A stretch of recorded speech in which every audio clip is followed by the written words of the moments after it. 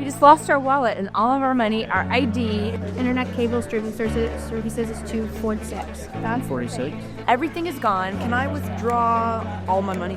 I'm at the pawn shop. I think that video game console's going away. Want fam. That unfold. Thank you. The poverty simulation is all about giving people an opportunity to really understand what it's like to live the life of a person with a low income in the United States. And I am delighted to be part of this empathy building experience. The participants will come in today and be assigned to a family. So we're a 3-person family. This is my son, Harry. Good health. This is Harvey. Little baby doll here, Harvey. He has epilepsy. We are living in a deteriorating building. And 2 of our windows are broken. We base everything on real life experience and give people an opportunity to go week by week through a month and have to survive living paycheck to paycheck or receiving cash aid and other things, but on a very limited income. Internet is 100 and your phone bill is 86. Do you have any money? Thanks, Queen. Nobody wants to pay their utilities today. You need to keep your utilities on. All our vendors are on either side, so you will be getting up and really engaging in your lives of doing the things that you would need to do as a family in order to survive. And they're challenging. Each of the vendors, we've put the sign of what the company is, right? So we have the pawnbroker over here, we have Quick Cash here. Just look above and you'll be able to find where you need to be. Today my role is to be a police officer.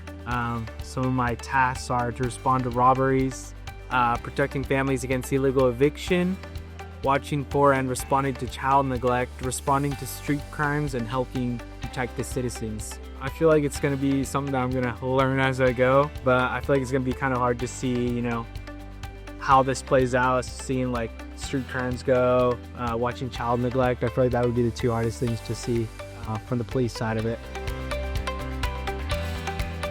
Each time you go anywhere, you have to bring a transportation pass. And if you don't, including your babies, some of the families have babies, they have to have a transportation pass for the babies.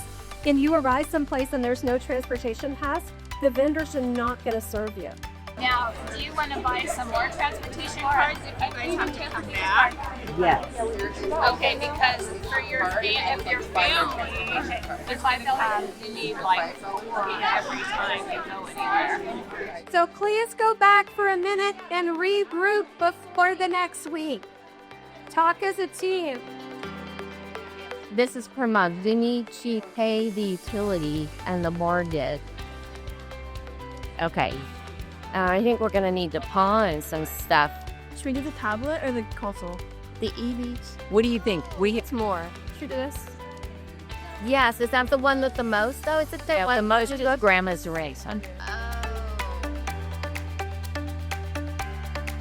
It's getting tough. Their money's going down and then they don't realize they need gas money if they have a car. And then also for the transportation wise, someone didn't have transport to get here, so we had to deny their services because they need money to get here first of all before we could give them money. If you have not purchased the food that you need to purchase as part of your budget, you are going to receive a note saying that your family is food insecure. If you have not paid utilities or rent, same thing. So be very intentional with what you do this week, or those organizations will be closed as they go out looking for you. Okay?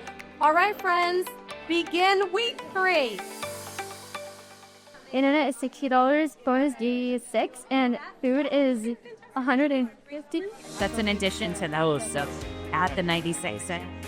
We paid our utilities, but we didn't pay our mortgage for the month, so that means we're in trouble with the bank. You don't have enough food. We're going to sell some things at the pawn shop. Now we have to act like we're not desperate with this pawn shop guy. He takes advantage of you. He takes advantage. Some of them are actually pretty mean. They're pretty aggressive. They are not willing to kind of cooperate. Sometimes I'm afraid for myself because they could always just steal something. You mean you don't get money? I do, but I can give you a check. That should work. Oh, But what if they will cash it as buys?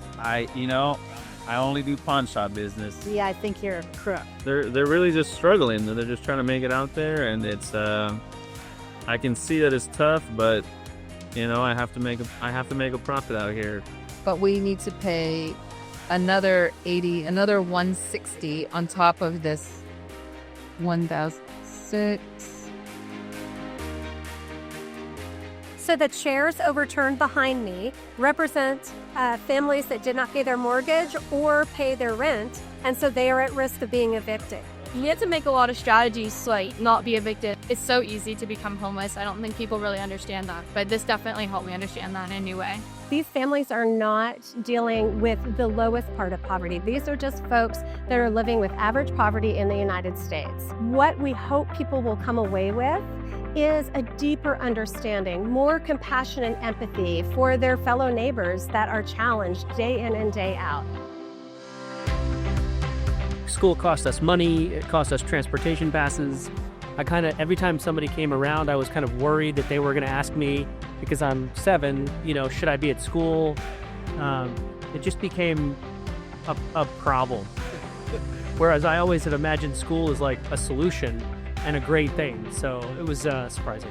One of the things that was so obvious, because we had 2 children who needed to be in elementary school every day, not easy to get them there when we have other things that we need to take care of for the families. So I can understand why there's a lot higher absenteeism with kids. I think it's really hard, especially because you don't always know what's going on, especially like with transportation passes and everything. Like even just to get information, you had to use that, which was spending $20. We're hoping that they'll leave there being inspired to see how we can change systems, how we can change structures so that we can transform poverty at a justice level and not just at a charity level, and knowing that we can make a difference in our own community.